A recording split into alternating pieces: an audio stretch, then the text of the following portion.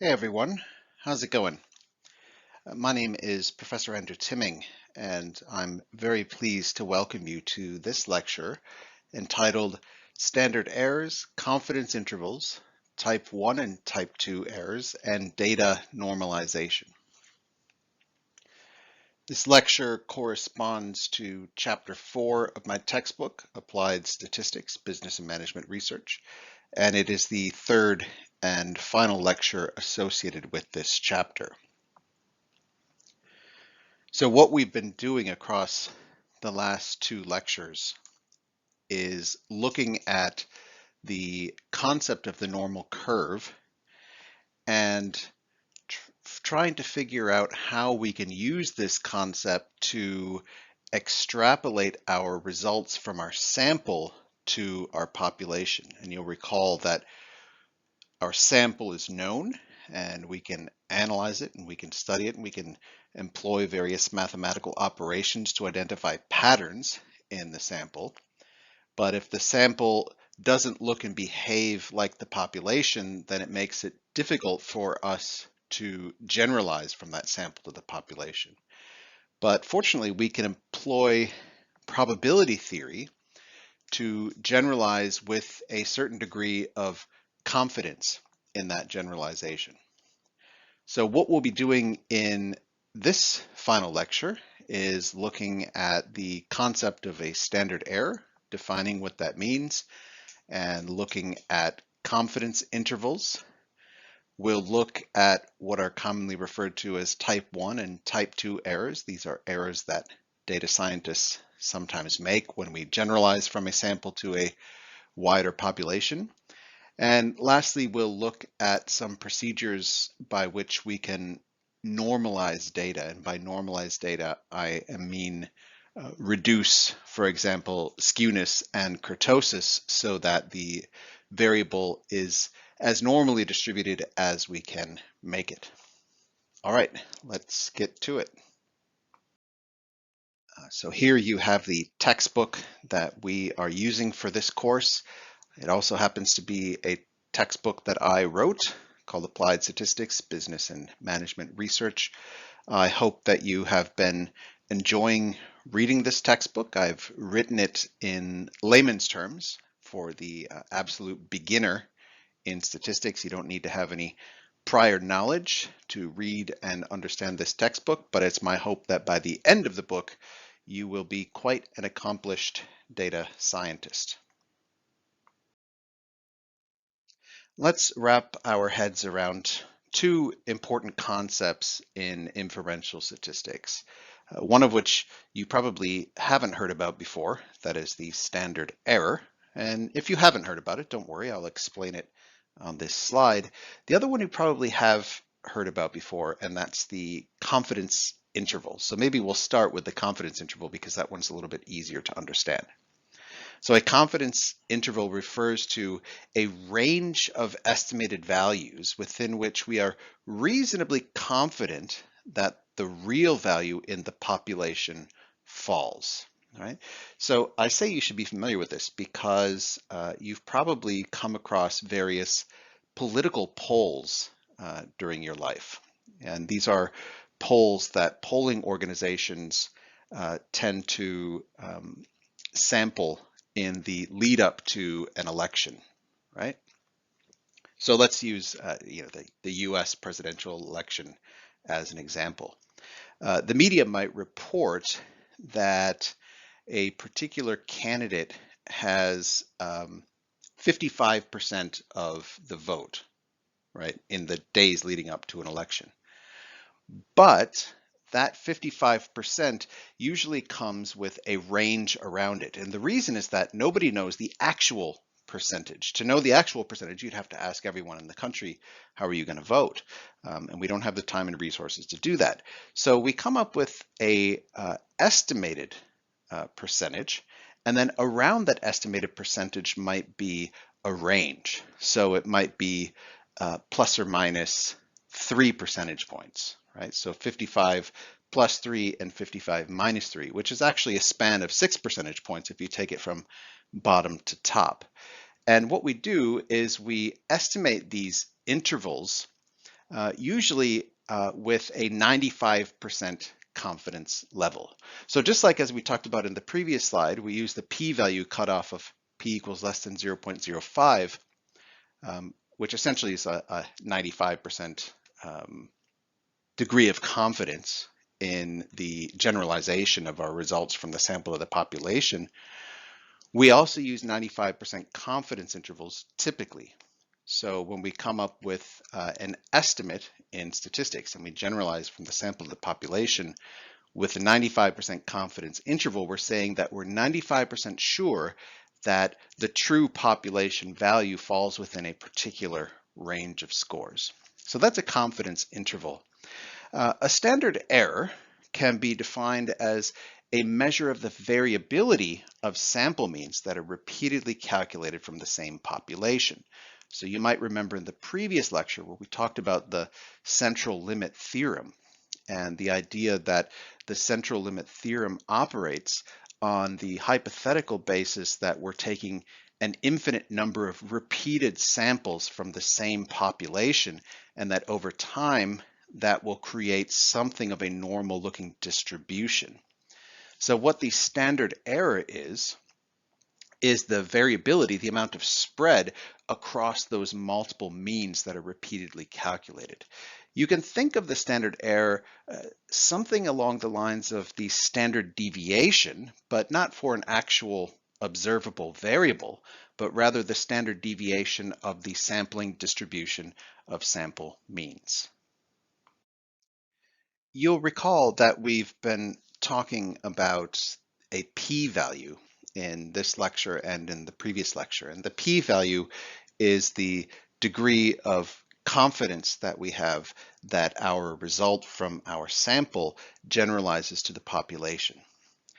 Now, an important point I'd like to emphasize here is that the size of the sample is inversely related to the p-value. In other words, as the size of your sample increases, as it gets larger, your p-value gets smaller. And remember that a smaller p-value indicates a greater degree of confidence for generalizing from the sample to the population. So the larger the sample, the lower the p-value, and the lower the p-value, the more likely that your result will be found to be statistically significant and therefore generalizable with a high degree of confidence, right? So this makes sense if you think about it. Think about it in these terms. As your sample gets bigger, the likelihood that it looks and behaves like the population increases. And as the likelihood that your sample looks and behaves like the population increases, the more confidence we have that the result of our sample generalizes to the population. And this makes sense, doesn't it? If you have a population of, let's say, 10,000 and your sample is only 100 of those 10,000, then it's likely that your sample may look and behave differently from the population. But what if you have a sample of 200? What if you have a sample of 2,000? What if you have a sample of 5,000? That's half of your population sampled. The bigger your sample gets, the more likely it is representative of the population, which explains why statistical significance tends to be greater in bigger, very large samples. But remember that even if you find a result that is statistically significant, that is to say, a result that has a p-value of less than 0.05, that doesn't at the same time imply that it is practically significant. So the question of practical significance is this really an important relationship to look at? So when you're carrying out a statistical test, and when that test is inferential, in other words, it involves a generalization from a sample to a population, you should always beware of the possibility of two types of errors in your generalization. And these are referred to as type 1 and type 2 error. So I define them here on this slide. Type 1 error, which we also sometimes refer to as alpha error, refers to the probability of finding a statistically significant result in your sample when in fact there is no relationship in the population. So remember, your sample isn't going to look and behave exactly like your population. And on occasion, there is a possibility that you will find a relationship that appears significant within your sample. And because it appears significant in your sample, you generalize to the population. But obviously, you're making a mistake because it only appears significant in your sample. It's not actually significant. On the other side of the coin, there is what we call type 2 error. And sometimes we refer to this as beta error. Type 2 error refers to the probability of not finding a statistically significant result in your sample when in fact there is a significant relationship in the population. So again, we only know what we know about the sample, and we're only guessing about the population. And sometimes our guesses will be wrong. Sometimes we'll make a type 1 error where we find a significant relationship in the sample, but there is none in the population. But other times we'll make a type 2 error where the sample tells us that there is no relationship here, but in fact in the population there may well be. So I just raised these issues for you to be aware of. There are multiple causes of type 1 and type 2 errors. It can include sample sizes, for example, sample sizes that are too small and therefore it's difficult to generalize accurately to the population, or equally sample sizes that are very, very large, as we talked about on a previous slide. Sometimes very, very large samples will drive p-values down, increasing the chances of finding statistical significance in your sample when in fact it doesn't exist in the populations. That would be an example of type 1 error. Also, non-randomly drawn samples. These are samples where not everyone has an equal probability of being selected into the sample. These can create a number of problems when it comes to generalizing. Spuriousness is an example where you're assuming that X is associated with Y, but in fact there is some other cause, let's call it Z, that's causing Y or influencing Y in some way. And of course, measurement error, right? If you're inaccurately measuring your variables, this can also result in type 1 and type 2 error. So when you are carrying out what we call parametric statistics, parametric statistics are statistics that depend on ordinal and scale level variables being normally distributed. When I say normally distributed, I mean they roughly create something of a bell curve. When we use these types of statistics, some data scientists will argue that if you have non-normally distributed ordinal and scale variables, that they can't be accurately used. And the reason for this, again, goes back to the fact that the central limit theorem presupposes a normal bell-shaped curve in order to make accurate generalizations from a sample to a population. It's not entirely true. If you look at the central limit theorem, even if an individual measurement of an ordinal or scale variable is non-normal, what it tells you is that if you take an infinite number of repeated measures, then the sampling distribution of sample means will appear normal. But nevertheless, some statisticians argue that non-normally distributed ordinal and scale level variables should be normalized, in other words, made to look like a bell curve prior to being used in these types of tests that essentially assume distributional normality, that assume that these variables should appear like a bell curve. Now, there are various ways you can normalize a variable that is not normal. So one way is to trim extreme outliers, right? So I've given an example in the past of a variable like income, where you have a bunch of normal people who have normal incomes, and then Elon Musk. And Elon Musk's income will drag the mean way up to the right. It will drag the mean to create a positively skewed variable. If you want to make that distribution look more normal, you can simply trim off the extreme values. If you take Elon Musk out of your data set, then all of a sudden your distribution will look more like a normal curve, more like a bell. You can also Winsorize extreme scores and therefore reduce skewness. So Winsorization is another method of essentially cutting off extreme values and bringing them back towards the center. Now you can also normalize a non-normal distribution by applying various mathematical transformations. And some of the most common mathematical transformations is taking the log of every single score in that variable or squaring every single score in that variable. So let's have a look at what happens when you log or transform variables mathematically. Okay, so let's do some examples of logging a set of numbers. Let's look at the data in front of us. There are 7 numbers on this slide. And let's assume that, so this is a sample of 7, like we asked, 7 individuals to respond to a particular variable. And their responses are 0, 1, 10, 25, 125, 2,500, and 1,256,983. And I don't know what we're measuring. Let's just call it X, whatever that may be. So just looking at these data here, you can see that there's a huge amount of spread from the lowest score to the highest score.